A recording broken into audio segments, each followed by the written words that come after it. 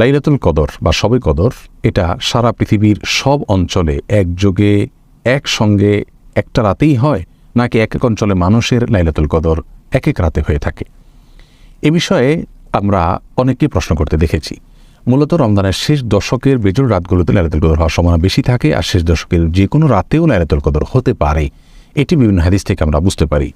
এর মধ্য থেকে 23, 27, 21 এই সমস্ত রাতের কথা যে সমস্ত বর্ণনা পাওয়া যায়, সেগুলো দ্বারা ওই রাতেই প্রতি বছর নির্দিষ্ট করে লাইলাতুল কদর হয়ে থাকে এরকম চূড়ান্ত কোনো কিছু বোঝা যায় না। যার কারণে রাসূল করিম সাল্লাল্লাহু আলাইহি ওয়াসাল্লাম রমজানের শেষ দশকের প্রতিটি রাতে ইবাদতবন্দি করতেন এবং আমাদেরকেও সেজন্য তিনি উৎসাহ দিয়েছেন যাতে করে আমরা লাইলাতুল কদর পেতে পারি।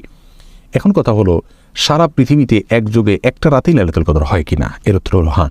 বেশিরভাগ বা প্রায় সকল স্কলারদের মত এরকমই যে সারা পৃথিবীতে একটি রাতেই লাইলাতুল কদর হয়ে থাকে এবং সে রাতটি নির্দিষ্ট। এই রাতেই সারা পৃথিবীতে লাইলাতুল কদর হবে। হ্যাঁ, সে রাতের গমন এবং আগমন সেটা কোনো অঞ্চলের অঞ্চলভেদে সেটা আগে এবং পরে হতে পারে। যেমন কথার কথা, আজকের যে রাতটি এখন আমরা যে রাতে রয়েছি, এই রাতটি পাক ভারত মহাদেশের মানুষের জন্য বেজোড় একটি রাত, 23তম রাত কথার কথা। এই 23তম রাতে যদি এবছর লাইলাতুল কদর হিসাবে আল্লাহ সুবহানাহু ওয়া তাআলা রাতকে নির্ধারণ করে থাকেন, তাহলে এই রাতটি পৃথিবীর প্রত্যেকটা অঞ্চলে তো ঘুরে ঘুরে আসবে 24 ঘন্টার ভিতরে।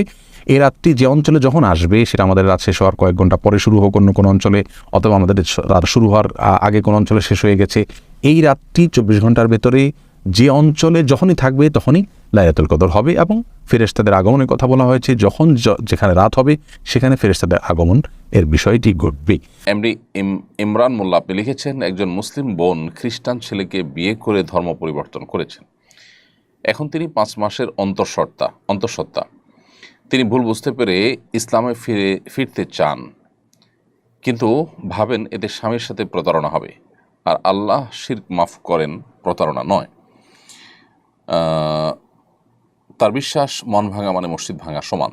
তিনি কি করবেন? তার ফিরে আসা এবং ভবিষ্যৎ সম্পর্কে পরামর্শ দিন। ভাই ইমরান মোল্লা, প্রথম কথা হলো যে এটি সঠিক কোনো কথা নয় যে আল্লাহ তাআলা প্রতারণা গুনাহ মাফ করবেন না।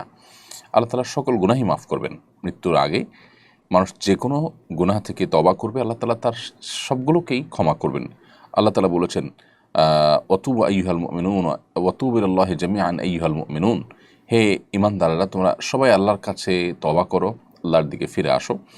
আল্লাহ বলেছেন, ইন্নাল্লাহা ইয়াগফিরুয যুনুবা জামিআ, আল্লাহ সকল গুনাহ মাফ করে দিবেন। অতএব প্রতারণা একটা পাপ, এমন কোনো পাপ নেই যে, এমন কোনো অপরাধ নেই যে অপরাধ করার পর প্রায়শ্চিত্ত করলে, মানুষ তওবা করলে, অনুশোচনা হলে তিনি সেখান থেকে ফিরে আসলে আল্লাহ তাআলা ক্ষমা করবেন না। সো প্রতারণার গুনাহ থেকেও তিনি আল্লাহ তাআলা মাফ করবেন। এক। দ্বিতীয়ত হলো, মানুষকে প্রতারিত করার চাইতে আল্লাহর সঙ্গে শিরকের ভয়াবহতাটা অনেক বেশি।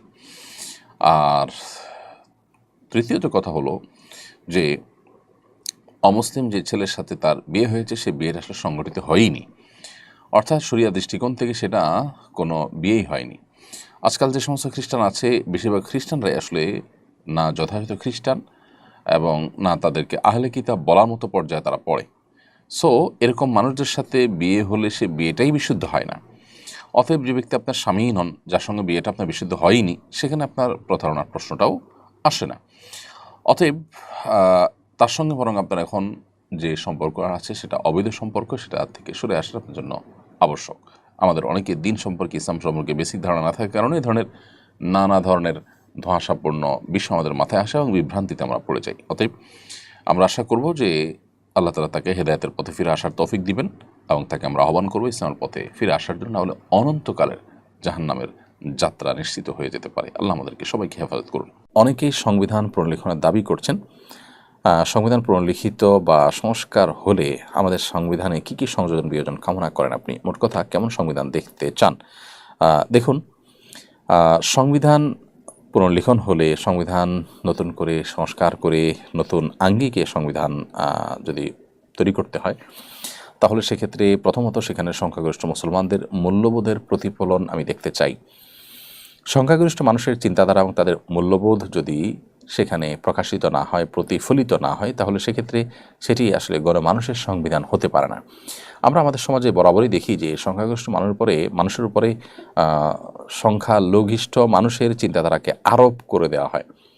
তো গণতন্ত্র যদি মানে হয়, যদি জনগণের শাসন, জনগণ যা চায় সেটা, তো জনগণ কি সমাজতন্ত্র এবং ধর্মনিরপেক্ষতা চায় কিনা আমাদের দেশে? একটি গণভোট হোক, সেই গণভোটে দেখা যাক যে মানুষ চায় কিনা। সম্প্রতি বিভিন্ন এ বিষয়ে যারা ইন্টারেস্ট রাখেন সে সমস্ত মানুষজনের বক্তব্য থেকেও প্রকাশ পেয়েছে যে তারা গণভোটের বিরোধী, তারা চান না গণভোট দিতে। তার মানে কি দাঁড়ালো, জনগণ যা চায় না সেটা আপনি জনগণকে চাপিয়ে দিচ্ছেন গণতন্ত্রের নামে। তো এটা রীতিমতো ভাওতাবাজি এবং প্রতারণা। এর পাশাপাশি সংবিধান সংশোধনের যে কমিটি, সেখানে দিনী মূল্যবোধ সম্পন্ন সংবিধান বিশেষজ্ঞদেরকে রাখা দরকার। এটি জনগণের আশা আকাঙ্ক্ষা প্রতিফলিত হওয়ার ক্ষেত্রে সহায়ক হবে বলে আমরা মনে করি। বিধায় সংবিধান সংশোধন হলে, সংশোধিত হয়ে যে জন্য এত কিছু হলো, সেই জনগণের আকাঙ্ক্ষার প্রতিফলন যেন হয়, সেটি হলো মুখ্য বিষয় এবং গুরুত্বপূর্ণ বিষয়। তা না হলে এটি হবে দুঃখজনক, এটি হবে দুর্ভাগ্যজনক, এটি হবে গণতন্ত্রের নামে মানুষকে ধোঁকা দেওয়া বা প্রতারণা করা, যা কোনো অবস্থাতে গ্রহণযোগ্য হতে পারে না।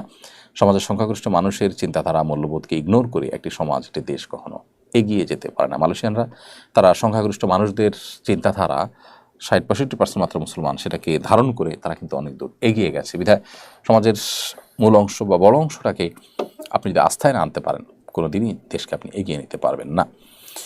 এরপর প্রশ্ন করেছেন এমডি জোবাইর, আপনি লিখেছেন, আমি মাদ্রাসা চাকরি করি, পরীক্ষার সময় শিক্ষার্থীদের থেকে যে ফি নেওয়া হয় তা শিক্ষকদের মধ্যে বন্টন করা হয়, এটা জায়েজ হবে কি না? হ্যাঁ ভাই জোবাইর, এটি জায়েজ, এটি না জায়েজ হওয়ার কোনো কারণ নাই। কারণ পরীক্ষা কেন্দ্রিক যে ব্যস্ততা আছে, শিক্ষকদের সেই ব্যস্ততা, অতিরিক্ত সময় খাতা দেখতে হয়, তাদের ডিউটির বাইরে তাদেরকে কাজ করতে হয়, সব মিলিয়ে এই সময়ের যে তাদের পরিশ্রম করতে হয়, সেই পরিশ্রমের পারিশ্রমিক হিসাবে টাকাটা নিয়ে তাদের মধ্যে বন্টন করা হয়। এটি সম্পূর্ণ জায়েজ, এটি না জায়েজ হওয়ার কোনো কারণ থাকতে পারে না। এরপরে প্রশ্ন হলো, কোরবানির চামড়া যথাযথ মূল্য না পাওয়ায় অনেকে চামড়া নদীতে ফেলে দিয়েছেন কিংবা মাটিতে পুঁতে ফেলেছেন, এভাবে সম্পদ নষ্ট করা জায়েজ আছে কিনা, ন্যায্য মূল্য না পেলে করণীয় কি? প্রথম কথা হলো যে চামড়া বিক্রি করা না গেলে চামড়া নিজে ব্যবহার করা, বিশেষ করে রান্না করে খাওয়ার মতো প্রসেস আজকাল অনলাইনে অহরহ পাওয়া যায়। সো সেগুলো অনুসরণ করে আমরা এই সম্পদকে নষ্ট না করে সেটার ব্যবহার করার চেষ্টা করতে পারি।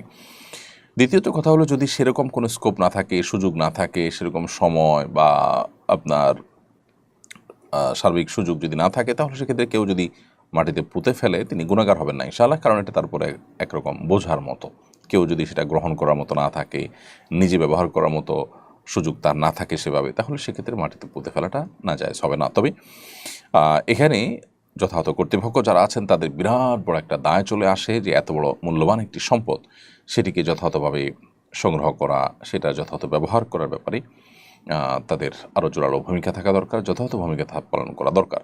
দীর্ঘকাল চামড়ার যথাযথ মূল্য পাওয়া যেত, চামড়া শিল্প আমাদের দেশে যথেষ্ট সমৃদ্ধ ছিল, কিন্তু গত বেশ কয়েক বছর বিগত সরকারের আমলে এটিকে ধ্বংস করে দেওয়া হয়েছে। এটাকে পুনরুদ্ধার করাটা সময়ের সবচেয়ে প্রয়োজনীয় কাজগুলোর মধ্যে থেকে একটি। মৃত ব্যক্তি যদি নিতান্ত গরিব হন এবং তার যদি কোনো আত্মীয় স্বজন না থাকে, তাহলে তার কাফন দাফনের দায়িত্ব ও ব্যয়ভার বহন করার দায়িত্ব কার? মৃত ব্যক্তি নিতান্ত গরিব হলে, তার নিকট আত্মীয় স্বজন না থাকলে এলাকাবাসী তাদের উদ্যোগে এটি করতে হবে। মুসলিম রাষ্ট্র থাকলে সরকারের এটি কর্তব্যের অংশ, সরকার করবে। এলাকাবাসীর কর্তব্যের অংশ এলাকাবাসী করবে। এলাকার কেউ যদি উদ্যোগ নেয় তাহলে সবার পক্ষ থেকে সেই ফরজটা আদায় হয়ে যাবে। কারণ কোনো মানুষ মারা গেলে তার কাফন দাফনের ব্যবস্থা করাটা ফরজে কিফায়া, অর্থাৎ পুরো এলাকাবাসীর জন্য এটি ফরজ। কেউ যদি না করে সবাই গুনাহগার হবে। আর এলাকাবাসীর কিছু লোক যদি উদ্যোগী হয়ে এটা করে ফেলেন, তাহলে সবার পক্ষ থেকে সেটি আদায় হয়ে যাবে। এই জন্য এ ধরনের পরিস্থিতির জন্য মসজিদগুলো থেকে, বিভিন্ন সামাজিক প্রতিষ্ঠানগুলো থেকে, সংস্থাগুলো, সংগঠনগুলো থেকে নানামুখী উদ্যোগ থাকা উচিত। তহবিল সংগ্রহ করা উচিত, যাতে করে আল্লাহ না করুক এরকম কোনো অভাবী ব্যক্তি এরকম যদি পরিস্থিতির মধ্যে পড়ে যান, তাহলে যেন তাকে সহযোগিতা করা যায় আর্থিকভাবে, এবং তার দাফন কাফনের উদ্যোগ যেন নেওয়া যায়, সেই জায়গা থেকে চেষ্টা করতে হবে। এইচ.এম. মাহমুদুল হাসান আপনি লিখেছেন, স্ত্রীকে মহারণার টাকা না দিয়ে সেই টাকা দিয়ে ওমরা করতে পারবো কিনা? মানুষের কাছে টাকাটা শুধু মহারার টাকাই থাকে না, আর টাকা থাকে, সেগুলো দিয়ে ওমরা করতে পারেন। এখন যদি মহরের জন্য রেখে দেওয়া টাকা ওইটা ভেঙে আপনি ওমরা করেন, আর অন্য কোনো টাকা আপনার কাছে না থাকে, তো এটা জায়েজ হবে না। কারণ আপনার জন্য ওমরা করার চাইতে মহর পরিশোধ করাটা বেশি গুরুত্বপূর্ণ। মহরটা হলো স্ত্রীর অধিকার, আপনার দেনা তার প্রতি। তো মানুষের দেনা ঝুলিয়ে রেখে সে যে টাকা দিয়ে দেনা পরিশোধ করতেন, সে টাকা দিয়ে ওমরা করলে সেটা নাজায়েজ হবে। আর যদি ওমরা করেছে যে টাকা দিয়ে, তার বাইরেও মহারণা পরিশোধ করার মতো আপনার আরও টাকা থাকে, তাহলে সেটা তো নাজায়েজ হবে না, অর্থাৎ ওমরা করা নাজায়েজ হবে না। তবে একই সাথে মহারণা দেরিতে দেওয়া বা মহর না দেওয়া, সেটা কিন্তু গুনাহের কথা। ইসরাফিল আপনি লিখেছেন, নামাজের প্রথম বৈঠকে ভুলে দুরূদ শরীফ পড়লে কি সাহু সিজদা দিতে হবে?